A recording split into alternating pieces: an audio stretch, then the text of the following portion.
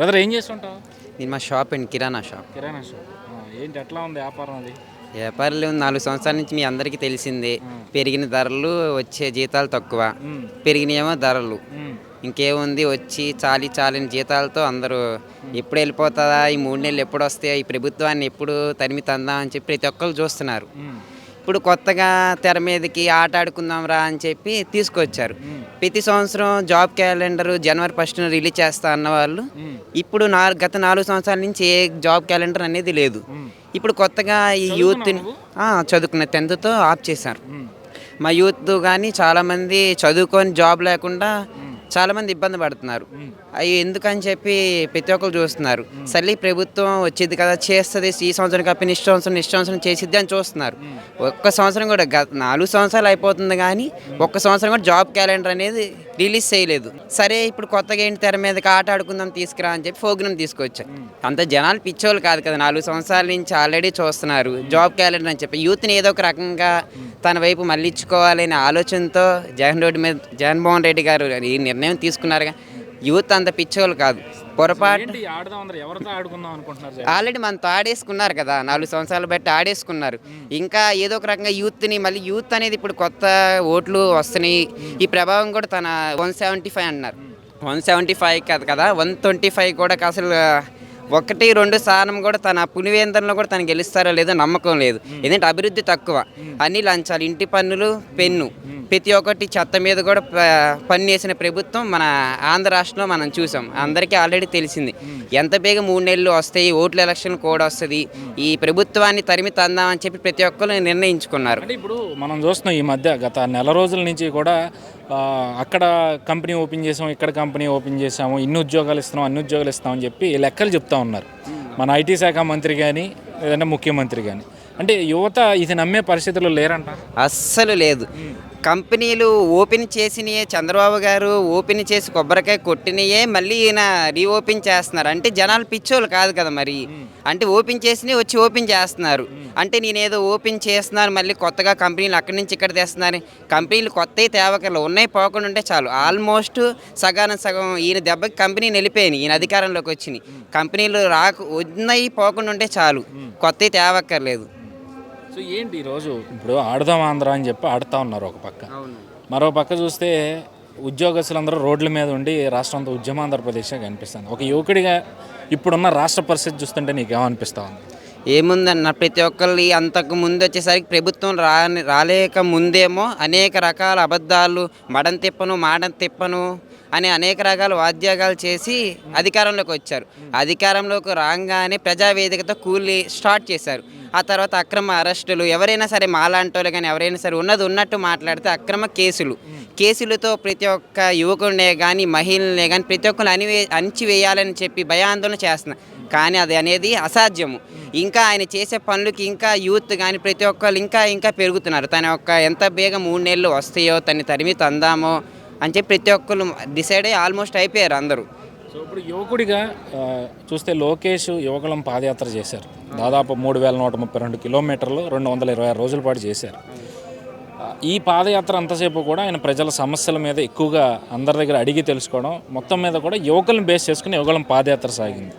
మరి రేపు అధికారంలోకి తెలుగుదేశం వస్తే యువకులకి న్యాయం చేస్తాడు లోకేష్ ఈ యువకులం పాదయాత్ర ద్వారా అనే నమ్మకం మీకు ఎంతవరకు కలిగింది? 100% ఉంది. తనులాగా పాదయాత్ర అని చెప్పి మెదడులో తనుముకొని ముద్దులు పెట్టుకొని వెళ్ళే రకం పాదయాత్ర కాదు. ఆల్మోస్ట్ అందరు చూశారు, ఏమీ అనకూడదు కానీ అనేక రకాలుగా లోకేష్ గారిని ఇబ్బంది పెట్టారు. తను మాట్లాడుతుంటే మైక్ తీసుకోవడం, తను మాట్లాడే చైర్ తీసుకోవడం, కానీ అసలు తగ్గేదే లేదన్నట్టు మన లోకేష్ గారు అంతకు మించి ఇంకా చేస్తూనే ఉన్నారు. హామీలు ఇచ్చారు, ఆయన మాట తప్పే రకం కాదు. హామీ ఇచ్చారంటే అసలు ప్రతిపక్షంలో ఉండగానే, అధికారం లేకుండానే మంగళగిరి నియోజకవర్గంలో 25 సంక్షేమ పథకాలు తన సొంత నిధులతో ఇస్తున్నాడు. ఈయన అధికారంలో ఉండి కూడా ఈయన ఏమైనా చేస్తున్నాడా? అమ్మఒడి అని అంటున్నాడు, 15,000 అన్నాడు, తెర 12,000 అన్నాడు. ప్రతి ఒక్కటి కటింగు. అలా ఇప్పుడు చూస్తే అంగన్వాడీ వాళ్ళు ఎంత ఇబ్బంది పడుతున్నారు. ఈ రోజున మన రోడ్డును పడేశారు. మేము అధికారం తెలంగాణ కన్నా 1000 రూపాయలు అదనంగా ఇస్తా అన్న ముఖ్యమంత్రి గారు ఇప్పుడు ఏమి ఎటు వెళ్ళిపోయారు? ఇప్పుడు అలానే మున్సిపాలిటీ వాళ్ళు కూడా నిన్నటి నుంచి ఆల్రెడీ ధర్నాలు చేస్తున్నారు. ప్రతి ఒక్కటి అధికారంలో రావాలి అనే ఆలోచనతో నోటికొచ్చినట్టు ఏదేదో వాగ్దానాలు ఇచ్చేశారు. తీరాలి కదా, ఒకటి 100 ఇచ్చినప్పుడు ఒకటో రెండైనా తీరితే మనుషులకి తృప్తి పొందుతారు. అన్నీ అబద్ధాలు. ప్రతి ఒక్కళ్ళు తెలుసుకున్నారు, ఇప్పుడు బయటకు వస్తున్నారు. 3 నెలలు ఎలక్షన్లు కూడా వస్తాయి. ఎంత బేగా తన్ని ఆ ప్యాలెస్ పిల్లి గారిని ఆ ప్యాలెస్లోనే ఉంచాలని చెప్పి ప్రతి ఒక్కరు నిర్ణయించేసుకున్నారు ఆల్మోస్ట్. ఓకే, ఇప్పుడు నువ్వు అంటున్నట్టు 3 నెలల్లో ఎన్నికలు ఉన్నాయి గట్టిగా. సో మార్పులు చేర్పులు చేస్తూ ఉన్నాడు జగన్మోహన్ రెడ్డి. 175కి 175 మేమే గెలుస్తామంటారు. మరికొంతమంది పార్టీకి రాజీనామా చేసి వచ్చేస్తున్న పరిస్థితి. ఎగ్జాంపుల్ మీ నియోజకవర్గ ఎమ్మెల్యే ఆర్కే గారు. సో దీని గురించి ఏమంటారండి, అసలుకు మంచిగా మనం పరిపాలన చేస్తే అసలు పార్టీ మారాల్సిన అవసరము, పార్టీ అభ్యర్థులు మార్చాల్సిన అవసరం ఏముంది? మా పెద్ద పెద్ద నాయకులు చెప్పినట్టు ఇక్కడ చెల్లని కాసు పక్కన చెల్లిద్దా అని అన్నట్టు అది నిజమేనా? అసాధ్యం కదా. ఏదేదో తనకి చేసేస్తున్నారు. ఇంకా జనాలకి ఈయన చెప్తున్నారు కదా, అదేంటి ప్రతి ఒక్కరు డౌట్ వచ్చింది. అదేంటి ఇక్కడ అంతకుముందు ఈయన గెలిచాడు, అక్కడ ఎందుకు గెలవట్లేదు అంటే ఆయన అరాచకాలు చేశాడు, అన్ని దోపిడీలు చేశాడు. అందుకే ఇక్కడ ఈ బురదను మళ్ళీ ఇంకో చోట వేస్తే జనాలకు తెలియదు. అదేదో అక్కడే నీతిగా నిజాయితీగా ఆయన పని చేస్తున్నాడు అనుకో, అక్కడే ఎమ్మెల్యేగా ఉండొచ్చు కదా. ఎందుకు? తను తప్పు చేశాడని భయంతోనే కదా ఇంకా ఇంకో నియోజకవర్గానికి వేస్తున్నాడు. ఆయన తీసిన గుంతలను ఆయనే పడిపోతున్నాడు. అది అందరికీ ఆయనకి అర్థం కావట్లేదు. ప్రతి ఒక్క ప్రజలకి అర్థమవుతుంది. రాజీనామా అంటారు. ఇన్నాళ్ళు తను మంచో చెడో తను కాపు కాసుకుంటూ వచ్చారు ఎమ్మెల్యేలు.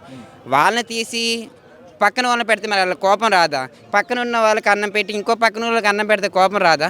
అందుకని ఆయన తీసిన గుంతలే ఆయన ఖచ్చితంగా పడిపోతున్నారు. ప్రతి ఒక్క ఎమ్మెల్యేలు ఆయనకి తిరగబడతారు, రాజీనామా చేస్తారు. ఆయన ఒక్కడే ఆ పార్టీలో ఉంటారు. ఇప్పుడు కొత్తగా తన షర్మిల గారు కూడా వస్తున్నారు. ఆయనకి ఎదురు ఆ అన్నగారికి ఎదురు తను ఉంటారు ఖచ్చితంగా. ఈ వైఎస్ఆర్ కాంగ్రెస్ పార్టీ అని జగన్ గారు లాస్ట్కి ఆ ఒక్క సీటు ఆయనదే తప్ప ఆ సీటు కూడా గెలవరు. ఆయనే ఇంటికి ఆ ప్యాలెస్లోనే ఉండి పరిమితం అయిపోతారు. యువకుడిగా సినిమాల గురించి మాట్లాడుకోవాల్సి ఇప్పుడు ఆర్జీవి సినిమాల మీద నీ అభిప్రాయం ఏంటి? ఎందుకంటే మొన్న వ్యూహం భారీ స్థాయిలో ఫంక్షన్ చేయడం, వైసీపీ ఎమ్మెల్యేలు మంత్రులందరూ అక్కడ ఉండి మనం చూసిన సెల్ఫ్ డబ్బాలన్నీ మనం చూసాము. దాని గురించి ఏమంటారంటే, ఆయన ఇప్పుడు దాకా సినిమాలు అనేక రకాలు తీశారు. మంచి పేరు ఉన్న ఇన్ని రోజులు సంపాదించుకున్న పేరు ఈ యొక్క జగన్మోహన్ రెడ్డి గారి మరి తను డైరెక్షనో తెలియదు, ఆయన డైరెక్షనో తెలియదు, కానీ ఈ యొక్క ఆలోచన వల్ల ఆయన ఏకంగా దిగజారిపోయారు. అలా ఎందుకు చేసుకోడు? ఇన్ని రోజులు ఆయనకి మంచి పేరు ఉంది. వ్యూహం అంటే ఏదో ప్రజల్లో అందరికీ తెలుసు చంద్రబాబు గారు ఏం చేశారు, ఈ జగన్మోహన్ రెడ్డి అని తెలుసు. ఇప్పుడు ఎలక్షన్ కూడా వస్తుంది. ఏదో ఒక రకంగా మనుషుల్లోకి ఆయన ఇది చేశాడు, ఆయన గొప్పవాడంటే నేను చెప్పుకుంటే కాదు, మనం చేసే పనిలో ఉంటుంది. ఈయన ఎలాగా చేయలేదు, ఆ సినిమా ద్వారా అయినా సరే ప్రజల్లోకి వెళ్దాం. సినిమా టికెట్లు కూడా ఆయల్లో ఎమ్మెల్యేలు వాళ్ళే అమ్ముకునే పరిస్థితి వచ్చింది. ఆల్రెడీ ఆ సినిమా అసలు రాదు, ఎందుకంటే న్యాయస్థానాలు ఉన్నాయి. మనకి ఈయన మీద నమ్మకం లేదు ఎవరికి, రాష్ట్ర ప్రజలకి లేదు, ఎవరికి లేదు. న్యాయస్థానంలో మనకి న్యాయం జరిగిద్ది. ఇలాంటి సినిమాలు అనేది రావు, రావకూడదు కూడా.